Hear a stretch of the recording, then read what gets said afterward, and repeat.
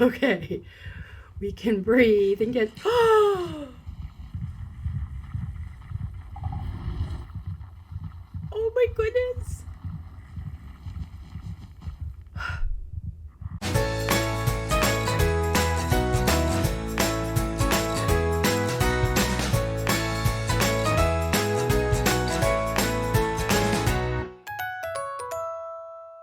I've been enjoying a slower pace in my world and running around everywhere instead of flying. Today is episode 10. Seems like a great time to get to the end and maybe find my elytra. However, after making ender pearls and going out in search, I watched the pearls float right over the 1,000 block perimeter that I set for myself in episode 1. The stronghold is just out of reach, but to be sure, I went out in all directions, and each time I watched the pearl float right past my border. There just isn't a stronghold within my reach right now, so that kind of derails my plan for episode 10. I became determined to make some kind of progress on gaining new things without breaking my rule. Last time on episode 9, I built a huge automatic storage area with multiple themed rooms to represent the different areas that I was storing items in. I also noticed I have gaps in those items, things that I just don't have.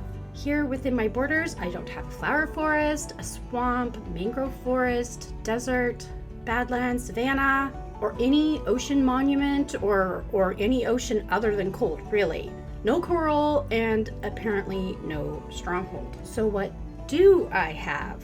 More specifically, what items don't I have yet, but I can actually get within my 1,000 block border. First up, this room is for storing the blocks from an ocean monument, which I can't get to, and a deep dark, which I can get to. I actually have a couple of deep dark cities below me that I've been too scared to explore yet. So, now's the time. More than the blocks, I also want smithing templates. I want to put some armor trims on, and I got my pockets completely filled with everything I needed and went over to the wool farm where I very conveniently have a lot of wool. I grabbed a whole pile of yellow because it was going to be bright and show up well deep down in the mines, and headed all the way down to the bottom of my strip mine where I already know how to find an ancient city. The very first thing I do when I get to the very bottom of the strip mine is go left and right and establish a big large tunnel so that I can do the little ones moving off of it. And I didn't get very far down my large tunnel before I started hearing the little clicks of a deep dark. I woke the warden up on my first trip, just getting an opening poked into the ceiling to get into here, and I haven't been back ever since. I'm all armored up now, so I'm feeling confident and not very worried, except for it's super dark. Now, I could probably deal with the dark playing, but then you guys won't be able to see what I'm doing. So I'm just going to apply some shaders, because with the shaders on, everything is way easier for you guys to see on the screen. I promise it's just for you guys, because I'm such a giving content creator. Anyhow, now I'm going to cover up these very first shriekers that are just right in front of me. We have to crouch down because otherwise they sense the movement, and we have to be quiet. And then we cover them up with wool so they can't hear anything we're doing, and we can, go about pilfering all the treasure chests in the city. It might just be me, but every time I get into a deep, dark, ancient city down here, I start getting really quiet in real life, like somehow it's going to hear me. Which I know is really silly, and I can talk as loud as you guys need me to be so that you can hear what's going on. But secretly, I don't want to be too loud. All right, we got these covered up. I'm going to sort of slowly go about the area till we find some treasure chests.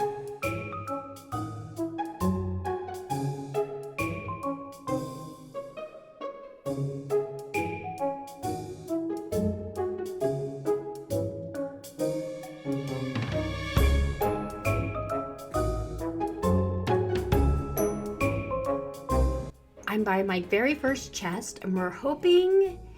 Okay, I would really like Swift Sneak 3, the templates, maybe even the cool music disc. This was a loser one. But right next to it here is the second chest. Fingers crossed. All right, well, let's see. A notch apple. Enchanted apples are good. Name tag, the same thing. It's not bad, but it's not what I'm looking for.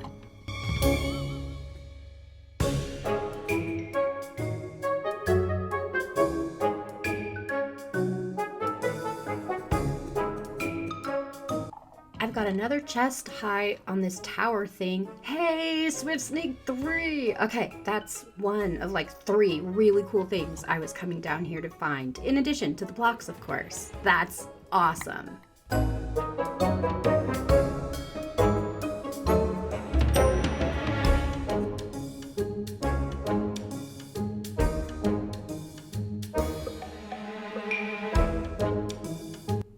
To another chest, and oh, it looks like I have the other side disc, the Lena. That's awesome. Definitely was on the list of things that I really wanted to get. After that, I continued. I was just going from one chest to the next, and while I had made a little too much noise and set the shriekers off a couple of times, I still hadn't met with any wardens, and things were going pretty smoothly, at least for a deep dark, and for me, and for an ancient city, I felt like things were going pretty smoothly. The problem is, I still didn't have what I was looking for, which was any smithing template from the ancient city. I passed this spot before, I think. Oh, that's a bad sign. Oh no, it's right there, the warden is right there. Okay, and I'm in a hole. All right, it's okay, I get out of the hole, and put the wool down. I can't get out. I can't get out of the hole. Jumping, running away. Oh my goodness. He's chasing me. This is so bad. Okay, I'm just gonna go back to the exit so that I can get... Whoa, that was really close, you guys. Okay. We can breathe and get... Oh my goodness. I'm just gonna sit here quietly and hope he goes away. After catching my breath, I went back in and was able to get the last couple of chests. And you can see now I've put all the loot from the city into 2 chests here. There are so many hoes, diamond hoes, and a lot of enchanting books, including several copies of Swift Sneak. Actually, I got most of the things that I wanted or that I was looking for, except for the smithing templates. And I think there's a couple of them you can get in an ancient city, and I'd be happy with just one of either of them. I just want more smithing templates.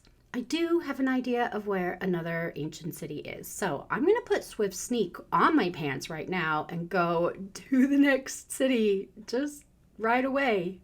I'm already in the second city. It was exactly where I thought it was going to be. I stopped and restocked my pockets up with food and supplies and with the orange wool so that I can use it here in this city. I am moving so much faster with the Swift Sneak on. It just makes me feel like I'm going through at a terrific pace, which is awesome. But I see our first chest. Inside... Hey, we got the smithing template I was looking for. This is awesome. All right, the very first chest in the news, and I'm setting them off already. Okay, we will be more sneaky. These places really are creepy, but it's kind of nice. It's like a different challenge. I feel like I'm in a different game, but a creepy one. Very creepy. You guys, I was on the tower over there on the top and I wasn't filming, and I set off a shrieker and the wards popped up over here in the second city, and I flew down to the bottom, which worked out pretty fast, and then all of a sudden I'm backing up and I'm looking, literally watching the warden on the top of the tower.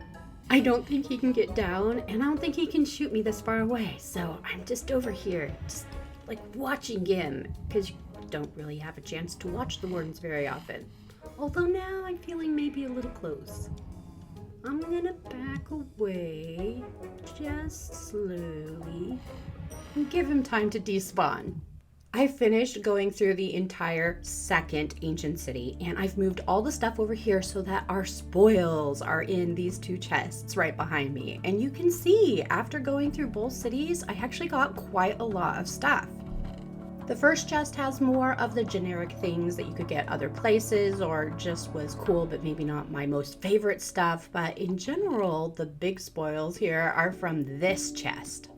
Lots of the good, nice new blocks that I can add to my inventory, and then of course a ton of books, lots of records, which was great because that was a category I really wanted to add to, and diamond hose, but mostly the smithing armor because I really wanted trim. Even if we didn't get the silence ones, I found something to add to that collection, and of course the enchanted apples. This step here was the entire purpose of the whole trip, and that was to add some of these things into my inventory system. Now that I've cleared most of the two ancient cities, I'll probably go back in and collect even more of these items to really fill in the inventory system. Automatic storage is great, but there are a few items that I'm keeping because I don't think I'll end up with a ton of them right behind in these chests back here, and I think that's fine because I can access them all at the same time, and I don't mind putting a few things away manually. Either way, they have a really good focused spot, but we do need to go ahead and flip around behind them so we can change the redstone. If you missed the last episode, or if maybe you're not familiar with the way that auto sorting works, you have to put the items into this hopper here and it becomes a filter to tell it exactly where to put those items. So that's what I'm doing right now. I've just jumped behind the scenes to change the filters. I will need at least 41 of each of these items, so I'm doing a big chunk of them, and now every time I put these into my storage chest from here on out, from the entry chest, they'll all come down into their little spots. This was a ton of work last week. In fact, the last 3 weeks that it took to put the auto sorter together, but this makes me so happy. Now that I was finished with the deep dark, I decided it was time to take on something else that was dangerous. Probably a lot less dangerous, but that's going to be one of the outposts. There's only one within my border. It just happens to be really close to my house. On this mountain, just outside of the trading village that I put together, there's an outpost, and I think this might be why I end up with so many pillagers that wander through my area, but I don't think that's going to be too hard to take on. I almost forgot that it was here. I have fully enchanted diamond armor now, and I don't think that these guys are going to do much to get through the protection, so I'm feeling really energized by the process of just getting through this without a problem. The purpose of visiting the outpost is mainly the same as it was for the ancient city, and that is that I really want to get more armor trims. There's also a couple other things that you can find in this chest, and I managed to get one of the goat horns, which is so cool, and 2 of the armor trims. This trip was actually more amusing than anything. I didn't have any problem getting through, even though it looks like I've had a really bad day.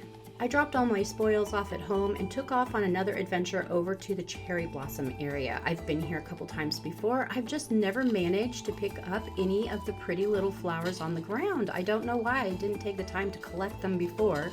Regardless of the absent-mindedness that caused me to come do an entire extra trip, I'm perfectly delighted to add the cherry blossom flowers into my auto sorting system, and I even added them into the little internal park a little bit. These things are so pretty. As I continue my quest to find armor trims in my world within the 1,000 block border, I decided next to try underwater. So I've got a brush in hand and I'm heading towards some underwater ruins that are very near my house. In addition to armor trims, I really want pottery sherds. The very first one that I came down and found was exactly what I was looking for. Of course, one isn't enough. I'd like 100 of them, but I will settle on successfully acquiring at least one of them in my world. The best thing that I could find in any of these underwater ruins would be an egg for the sniffer, or 2 of them in fact, but I don't think that's possible because all I really have found so far are cold oceans. I don't even think I've found any lukewarm oceans that I could try and look for a sniffer egg. Because I'm in the mood to absolutely rule everything out, I went on a journey all across the entire amount of space that I'm dealing with in my border to try and see if I was wrong and there was even just the tiniest bit of lukewarm somewhere. Alas, no warm ocean within the boundaries of my world, but I did manage to find a lot more pottery shirts, which was super cool, and I found a few other things out of the just digging through the suspicious soil, gravel stuff, but nothing really to write home about. The underwater trim is the only one I have from a shipwreck in the past, so I went ahead and went back home. I very happily deposited the shirts into their own little chest with absolutely none that I had before. It's always fun to fill in a gap of something that you didn't have any of, and I have them back home here in my starter house because that's where I'm keeping my really cool items. Things that I consider treasures in the world that are super unique or rare. I've looked up all the different ways that you can find armor trims. Unless I get lucky in maybe another ancient city for the silence one, I think I've got all of them that are possible. So I'm actually going to go do one more ancient city, and I'll show you what I find when I get back.